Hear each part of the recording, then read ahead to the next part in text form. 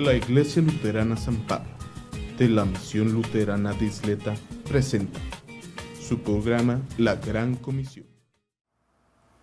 Bienvenidos una vez más. Estamos en una serie muy interesante sobre el estudio de Corintio, de la primera carta de Corintios. Y bueno, pues es un poco compleja esta carta, muy hermosa, muy especial, pero también es compleja porque la comunidad de Corintio era una población muy específica, muy especial, y San Pablo les escribe con mucha especificación a lo que están haciendo. Gracias por la gentileza de su atención. Reciban un afectuoso saludo, como siempre, de la congregación de la Iglesia San Pablo, la Iglesia Luterana San Pablo, aquí en El Paso, Texas. Y bueno, pues siempre listos para recibir alguna petición de oración o de ayuda, asesoría espiritual para ustedes, con todo gusto. Y bueno, pues estamos estudiando Corintios. Recordemos Corinto era una población griega, ¿sí? Fue una colonia militar inclusive en un momento, y en Corinto había población judía también, local, que también tenían conocimientos religiosos judíos, pero también San Pablo no nomás se juntó con los judíos de ahí, se juntó con toda la población y tenía que enfrentar posicionamientos intelectuales, religiosos diferentes, ¿sí? Bastante diferentes. Entonces, fue una situación muy compleja la evangelización de Corinto, pero fue una gran iglesia y tuvieron grandes frutos en esa zona, gracias al apóstol San Pablo y a la gente que estuvo ahí. Y bueno, pues el reto era muy complejo porque estamos hablando de situaciones intelectuales muy avanzadas de los griegos y pues era difícil. Estamos hablando de la resurrección de los muertos como punto clave, ¿sí? La resurrección es la clave del Evangelio.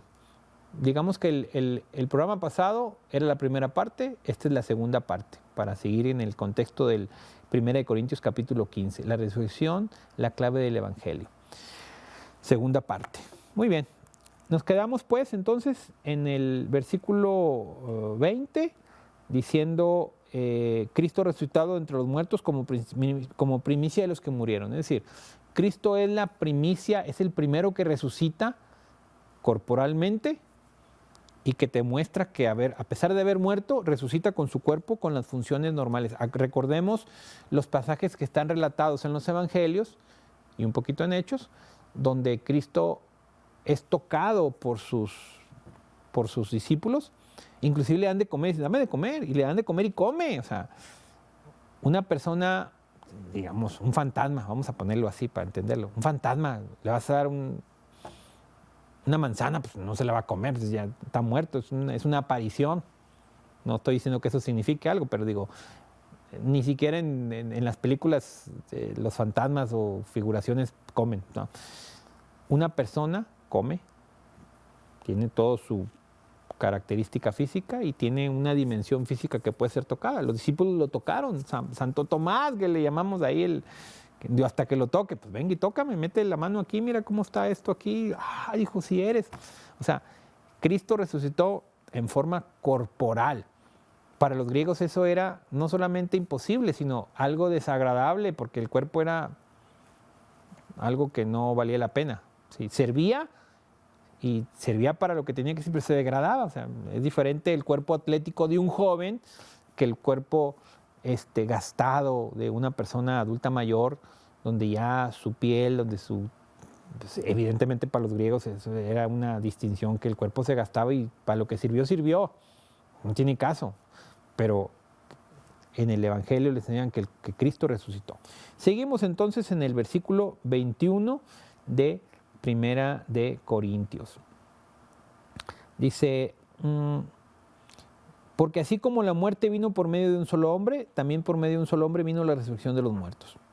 Así como en Adán todos mueren, en Cristo todos serán vivificados. ¿Qué significa esto? Bueno, Adán y Eva fueron los primeros humanos en este mundo. No sabemos con certeza, porque no lo explica, cuánto tiempo vivieron ahí en el paraíso. No sé, pudieron haber sido días, años, siglos, no sabemos, sepa Dios, no hay una claridad, habrá opiniones, pero una claridad respecto a eso no sabemos. El caso es que ahí estaban, ¿sí? Y por lo que entendemos y sabemos, no tenían ninguna situación que los aquejara o les aconteciera. Tenían todo ahí, o sea, ellos podían estar ahí perfectamente bien, no estaban condenados a morir ni nada, porque eran personas que tenían perfecta armonía con Dios. Ellos hacían lo que Dios les decía, Dios platicaba con ellos, estaban en perfecta armonía. Seguramente, viéndolo desde un punto de vista genérico, ellos fueron hechos para vivir para toda la eternidad ahí en el paraíso. No había ningún motivo para no pensar eso, o sea, estaban ahí para hacerlo, ¿sí? Ya lo de procrear y tener hijos es otro elemento que quizás tengamos que analizar con más calma, pero de entrada podemos decir, Adán y Eva podían estar ahí, mientras estuvieran en esa línea no había ningún problema, ¿sí? Había un árbol que Dios les prohibió comer, ¿sí? Que era el árbol del bien y del mal, ¿sí? Y también en algún momento había algo más que era el árbol de la vida, que si ellos lo comían, iban a vivir para siempre a pesar de haber comido del otro árbol. O sea, el otro árbol les daba la conciencia y la claridad y el otro árbol les podía dar, como decir, la vida eterna, ¿sí? Es muy complejo esto, pero algo así era. Entonces, ok, ellos pecaron, desobedecieron a Dios, sintieron que tenían posibilidad de vivir por su propia cuenta, esa es la desobediencia a Dios, y entonces Dios los saca del paraíso para que no coman el otro árbol que los podría hacer que vivieran eternamente, o sea, eternamente, desafiando a Dios eternamente, ¿sí? Entonces, aquí lo explica San Pablo, dice, la muerte llegó por Adán y Eva, ¿sí? En este caso menciona a Adán como jefe ahí de la relación de hombre y mujer, responsable. Todos los seres humanos estamos condenados a nacer y a morir. ¿Por qué? Porque Adán desobedeció a Dios y automáticamente toda su descendencia quedó condenada a no vivir en armonía con Dios y tampoco a vivir eternamente con Dios. Simplemente a vivir un tiempo determinado y morir y que su cuerpo se desgaste, ¿sí? Desde el momento en que salen del paraíso, pues su cuerpo empieza, me imagino yo, a desgastarse. No hay una fracción que diga exactamente eso, pero se desgasta y al final de cuentas Adán y Eva mueren algún día, ¿sí? Como lo hemos muerto todas las generaciones posteriores, ¿sí? Entonces, la muerte llegó justamente por la desobediencia de Adán y Eva, ¿sí? Dice, así como la muerte vino por medio de un solo hombre, también por medio de un solo hombre vino la resurrección de los muertos. En Adán todos mueren y en Cristo todos viven. O sea, Cristo es el único ser, ¿sí?, que ha llegado a este mundo, ha nacido en este mundo, ¿sí? Hay que entender muy bien esto porque Cristo era hijo de Dios e hijo de María como humano, o sea, tenía la naturaleza humana y la naturaleza divina, pero San Pablo explica en Filipenses que Dios, Cristo, no asumió su naturaleza divina para aferrarse o para defenderse o para lo que sea, sino que se despojó de esa cuestión o actitud y él vivió como un ser humano normal, como un ser humano con la posibilidad de obedecer o de desobedecer a Dios. Pero él dice que se despojó a sí mismo de todo y se hizo obediente hasta la muerte. Lo declara San Pablo en Filipenses. Se lo dice a los filipenses. Entonces Cristo, el mérito de Cristo, el primer mérito de Cristo es haber sido obediente a Dios y no haber puesto su opinión personal por sobre la opinión o sobre la palabra de Dios o sobre lo que Dios quería. Él siempre siguió a Dios, aun de que no estuviera, llamémosle así, aunque no estuviera tan de acuerdo, Él lo siguió. Él lo hizo por obediencia, dice, y fue obediente hasta la muerte, ¿sí? Murió inocente, no cometió ningún pecado y Él se dejó matar, ¿sí?, en obediencia a Dios. Pero como al momento de morir, Él no cometió ningún pecado, ¿sí?, entonces Dios acepta ese sacrificio, es decir, ¿sabes qué? Tú sí eres el único ser humano en esa parte, que cumplió con todo lo que yo le puse sin negarse. Así que tú vuelves a restituir lo que antes era la comunicación de Adán y Eva. O sea, antes Adán y Eva tenían comunicación perfecta con Dios. Se perdió por la desobediencia y Cristo la volvió a conectar. Hagan de cuenta que volvió a conectar. Dijo, ahora Cristo es el único que ha vuelto a tener la comunicación, la confianza y la fe en Dios, o sea, en Dios Padre, y vuelve a conectar otra vez esa comunión. O sea, Cristo reconcilia lo perdido con Dios como humano, y entonces en su nombre, ¿sí?, todos los que creen en su nombre y creen en su función y creen en su sacrificio y creen en su muerte y en su resurrección, también son partícipes de esa nueva unidad, de esa nueva situación. Así es como está en términos generales el Evangelio y la función de Cristo. Dice, en Adán todos mueren, en Cristo todos serán vivificados. Todo el que crea y el que acepte el sacrificio de Cristo va a ser vivificado, va a ser invitado a ser parte de esta nueva vida, en donde ya somos obedientes a Dios y somos justificados por mediante Cristo. Nosotros los seres humanos vamos a seguir siendo pecadores. En términos generales, entre más entendamos, entre más nos dejemos guiar por Dios, vamos a ser, digámoslo así, menos pecadores, porque no va a salir de nosotros tanta intención malosa. Pero sí vamos a tener intenciones malas porque seguimos siendo humanos. Y la prueba total es que vamos a morirnos, ¿sí? No importa qué cosa hagas o qué cosa digas o qué cosa pienses, va a llegar un momento en que vas a morir, como yo voy a morir. Todos hemos muerto, todos vamos a morir, porque somos humanos. Y en ese sentido somos imperfectos. Y somos, en la misma dimensión, estamos condenados a la muerte, ¿sí? Pero al momento de morir, cuando lleguemos ante Dios, vamos a ser pecadores justificados. Dios va a decir, ok, tú aceptaste mi testimonio, mi obra, sí, yo, mi corazón acepté que tú eres el Rey de Reyes, etcétera. Perfecto, véngase para acá. Usted es de mi pueblo escogido porque usted sí decidió estar conmigo. Ah, qué bonito va a ser eso. Vamos a hacer una pequeña pausa y regresamos.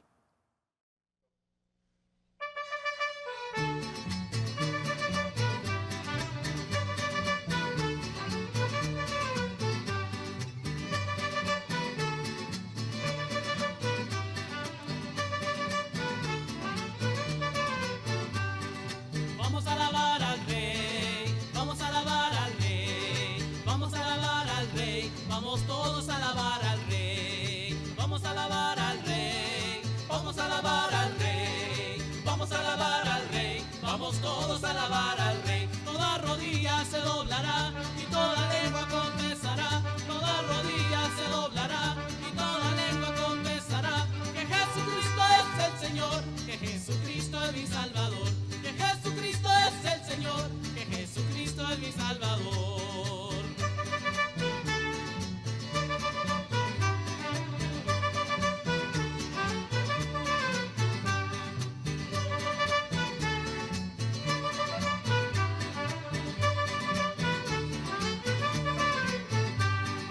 Vamos a alabar al Rey, vamos a alabar al Rey, vamos a alabar al Rey, vamos todos a alabar al Rey, vamos a alabar al Rey, vamos a alabar al Rey, vamos a alabar al Rey, vamos todos a alabar al Rey. Toda rodilla se doblará y toda lengua confesará, toda rodilla se doblará y toda lengua confesará que Jesucristo es el Señor, que Jesucristo es mi Salvador, que Jesucristo es el Señor, que Jesucristo es mi Salvador.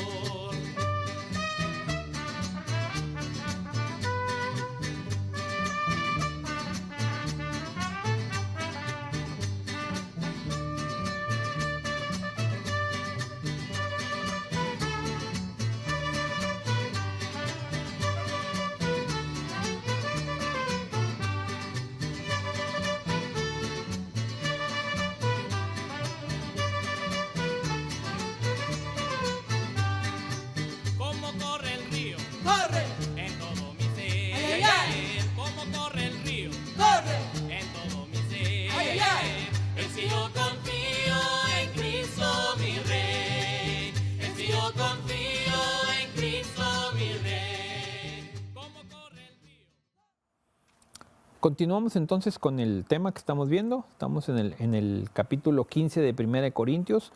Vamos en el versículo 22, 23. ¿Sí? Por ahí vamos. Todos somos condenados a muerte. Somos descendientes de Adán y por lo tanto desobedientes. ¿Sí? Pero todos también seremos vivificados por la unión o la reconciliación que Cristo ganó para todos nosotros. En su nombre y por sus méritos somos reconciliados y seremos vivificados por Cristo también. Dice, cada uno en su debido orden. En primer lugar, Cristo, que es el primero que murió y resucitó. Él es el primero que Dios aceptó. Y esto tenemos que entenderlo, me gusta verlo así. Imaginemos, en el fútbol, por ejemplo, hay una jugada,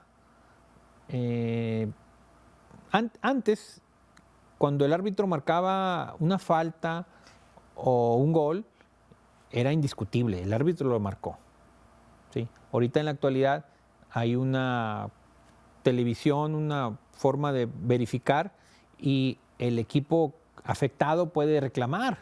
Oye, es que no fue gol, pasó esto, y lo revisan y pueden cambiar la decisión, la pueden cambiar con las cámaras, ¿me explico? Vamos a pensar que hay una jugada, ¿sí? Y se mete un gol, gol, fútbol, soccer, estamos hablando. El equipo al que le metieron el gol reclama, no fue gol, fue mano porque esto lo otro. El árbitro dice, sí fue gol, pero vamos a revisarlo. Lo revisan con cámaras y todo. Y todos los especialistas y todo dicen, no, sí fue gol, mira. Tú dices, el entrenador dice que fue una mano, no fue mano, mira, le pasó por aquí, no tocó nada, con telescopio, microscopio, como sea, no tocó. Es gol. El árbitro pita, es gol. Y se marca el gol. ¿Sí? Después de tanta controversia, ponen el marcador 1-0 o se acredita el gol. Ok. ¿Por qué digo esto? Bueno, porque cuando Cristo muere, lo dije en otros programas, ha habido caudillos que han muerto por bienes comunes, sociales, bienes patrióticos, ha habido gente que se ha sacrificado por el pueblo y por lo que tú quieras, ¿sí? Todos han hecho cosas muy buenas y está bien, han hecho, pero ninguno de ellos ha resucitado, ninguno venció la muerte. El único que fue acreditado, que cumplió con todo, fue Cristo. Entonces, el hecho de que resucite es la señal clara de que el sacrificio fue aceptado, ¿sí? Volviendo al ejemplo de fútbol, hasta que en el marcador aparezca el gol, es cuando ya está acreditado. Si no, sigue siendo polémica, si fue, no fue, quién sabe, pero no. El árbitro dijo que no y dijeron que no. No, pues no. Si no aparece en el marcador, no está acreditado. Si aparece en el marcador, está acreditado. En este caso, ha habido gente que ha muerto por lo que tú quieras en el mundo, por la causa que sea, causas bondadosas, científicas, lo que tú quieras, salvar a la gente, lo que sea. Pero nada más, no pasa de ahí. El único que ha sido acreditado y verificado por el Creador es Cristo porque le regresó la vida. Es el único que ha regresado de la muerte. O sea, eso significa que es el único acreditado. Dice, primero Cristo y después, cuando Cristo venga, los que son de Él. O sea, cuando Cristo venga, resucitaremos todos los que aceptamos y entendimos su sacrificio y aceptamos su mensaje, su palabra y su evangelio. Vamos a resucitar con Él. Dice, entonces vendrá el fin, cuando Él entregue el reino al Dios y al Padre y haya puesto fin a todo dominio, autoridad y poder. Llegará el momento en que este mundo se acabe como lo conocemos. Cuando llegue ese momento, que el pueblo cristiano lo estamos esperando con anhelo, ¿sí? Cuando llegue ese momento, ¿sí?, el reino de Dios se interpondrá. Dice, es necesario que Él reine hasta que haya puesto a todos sus enemigos debajo de sus pies. Y el último enemigo que será destruido es la muerte. Va a llegar el momento en que la muerte ya no tendrá más autoridad sobre la vida humana. Ya no. porque ya fue destruida por Él, pero va a llegar el momento en que va a terminar la secuencia que conocemos como mundo, como civilización, y a partir de ahí se acabó. Dice, porque Dios sujetó todas las cosas debajo de sus pies. Y cuando dice que todas las cosas que quedaron sujetas a Él, es evidente que esto no incluye aquel que puso todas las cosas debajo de sus pies. Una vez que todas las cosas queden sujetas a Él, entonces el Hijo mismo quedará sujeto al que puso todas las cosas debajo de sus pies. Es decir, todo va a quedar bajo de los pies de Dios, pues. Sigue diciendo en el versículo 30, dice, ¿por qué nosotros estamos a cada momento en peligro de muerte? Dice, ¿y por qué nosotros estamos a cada momento en peligro de muerte? Dice, bueno, porque nosotros somos parte del padecimiento, dice en Romanos, el mismo San Pablo dice en Romanos 8:36, dice, por causa de ti siempre nos llevan a la muerte, ¿sí? Somos contados como ovejas de matadero, que también es una frase de un salmo, Salmo 44, ¿sí? Y luego dice en Filipenses, dice, si participamos de tus padecimientos, ¿sí?, para ser semejantes a tu muerte. O sea, el cristiano tiene que aceptar, ¿sí?, que si las cosas se ponen turbias o malas en este mundo, no es más que una muestra de que estamos participando de la situación y de la situación que Dios nos ha puesto, de los padecimientos, y estamos padeciendo igual que Cristo padeció, pero al mismo tiempo vamos a padecer la muerte, pero al mismo tiempo vamos a padecer la resurrección. O sea, que está bien. O sea, que si te va mal aquí en este mundo, a Cristo también le fue mal. O sea, no te pongas a reclamarle a Dios porque te está yendo mal. Pídele a Dios que te vaya bien, por supuesto. Pídele a Dios siempre misericordia y piedad y todo. Pero si nos llega a ir mal, si la vida se nos destruye porque no funciona o X, Y o Z, tú pídele en oración al Señor y agradécele al Señor de que este mundo va a terminar algún día y los padecimientos de este mundo van a terminar como terminaron en Jesús y que algún día vamos a resucitar con Él también, ¿sí? Sigue diciendo, versículo 31, hermanos, por el motivo de orgullo que tengo por ustedes de nuestro Señor Jesucristo, yo les aseguro que muero a cada instante. Dice, a cada instante estoy bajo pena de muerte, porque obviamente lo que estaba haciendo San Pablo, aparte de hacer cosas muy complejas, había mucha gente que lo quería matar, había mucha gente que no lo quería, que lo quería destrozar, porque estaba hablando cosas de entrada que no le podían refutar o contestar, y les caía mal eso, ¿verdad? Por supuesto, que siempre estaba, San Pablo le metieron sus golpizas, sus pedradas, y de todo tuvo San Pablo, o sea, no crean que se la llevó tan fácil, y al final terminó torturado, eso también es otra realidad. Dice el 32, pero ¿de qué me serviría desde el punto de vista humano haber luchado en Éfeso contra fieras? Si los muertos no resucitan, entonces comamos y bebamos que mañana moriremos.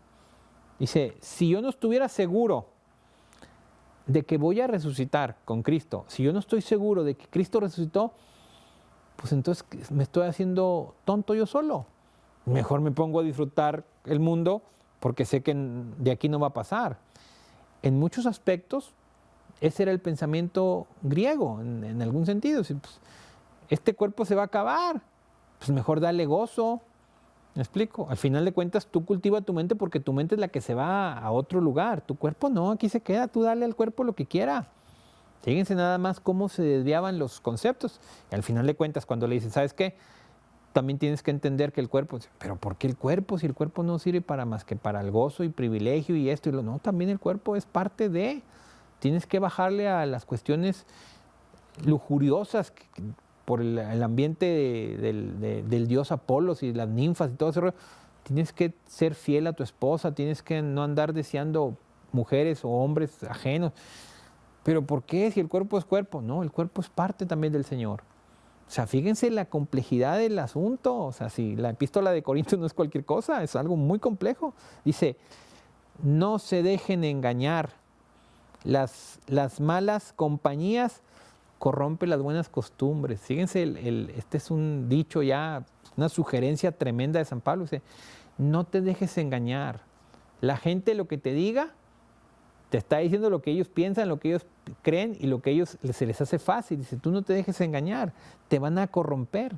Dice, así que vuelvan en sí y vivan con rectitud y no pequen, porque algunos de ustedes no conocen a Dios, y esto es lo que les digo para que sientan vergüenza. O sea, algunos de ustedes conocen bien la mentalidad griega, que Apolo, que las ninfas, que tú, que yo, y te van a decir, no hombre, no te creas, mira, vente para acá, vente para allá, vamos a hacerle así, vamos a hacerle así, al cabo eso no sirve, al cabo esto. O sea, no te dejes engañar, no confíes en lo que te están diciendo. Tu fuente de fidelidad y confianza es la palabra de Dios, ¿sí? Dice, no conocen a Dios, ese es el problema, no conocen a Dios. ¿Sí? Eso me recuerda cuando a Jesús le hablaban los saduceos que no creían en la resurrección, le decían, ¿qué va a pasar con esta persona que se casó con este y luego se murió y se casó con su hermano y con su hermano? Cuando lleguen al cielo, ¿quién va a ser el esposo? Jesús le dice, ¿cómo se ve que no conocen ustedes la Escritura? O sea, en el cielo no hay casamiento ni nada de eso, no tiene nada que ver con eso. Ustedes no conocen la Escritura, ignoran. Lo mismo le está diciendo aquí, dice, no sean ignorantes, conozcan la Escritura, dice. Tal vez alguien pregunte, dice, ¿cómo resucitarán los muertos? ¿Con qué cuerpo vendrán? Dice, no preguntes tonterías. Para el pueblo griego era muy complejo esto. Dice, no estés metiéndote en eso. O sea, no estés tratando de científicamente comprobar si sí. No te preocupes por eso. Tienes que tener fe. Esa es la diferencia, mis hermanos, del pueblo cristiano. El pueblo cristiano no necesitan demostrarnos con aspectos científicos, variables y procedimientos químicos, bioquímicos. No. Nuestra fe está basada en la lectura de la palabra de Dios. Ni siquiera en lo que siento ni en lo que pienso. No, estoy basada en lo que leo de la palabra de Dios. La fe viene por el oír y estudiar la palabra de Dios. Mi fe tiene que estar consolidada aquí. Lo demás son algunas tonterías que por ahí se me pueden ocurrir. Dice, lo que siembras no es... Dice, y lo que siembras no es lo que luego saldrá, sino el grano desnudo, ya sea de trigo o de algún otro grano. Dios le da el cuerpo que quiso darle, a cada semilla le da su propio cuerpo. Aquí está hablando en estos últimos renglones justamente de lo que hablaba yo, de que cuando tú siembras una semilla, la semilla tiene que de alguna manera podrirse, abrirse para que surja el nuevo tallito, la nueva situación. Generalmente la semilla se tiene que desintegrar para que nazca otro. O sea, es una manera de explicar la cuestión de por qué tenemos que morir para vivir. ¿Sí? Es una cuestión ya muy específica, pero bueno, en fin. La epístola de San Pablo a los Corintios es una epístola hermosa, compleja, porque está de fondo toda una cultura griega con todas sus expectativas. Espero que la sigamos estudiando y leyendo en nuestras casas. Amén. Confirma este llamamiento, Espíritu Santo, en este momento. Como ríos de agua viva que salta hacia arriba, yo llevo dentro. Confirma este llamamiento, Espíritu Santo, en este momento. Es que yo confío en Cristo mi Rey. Es que yo confío en Cristo mi Rey.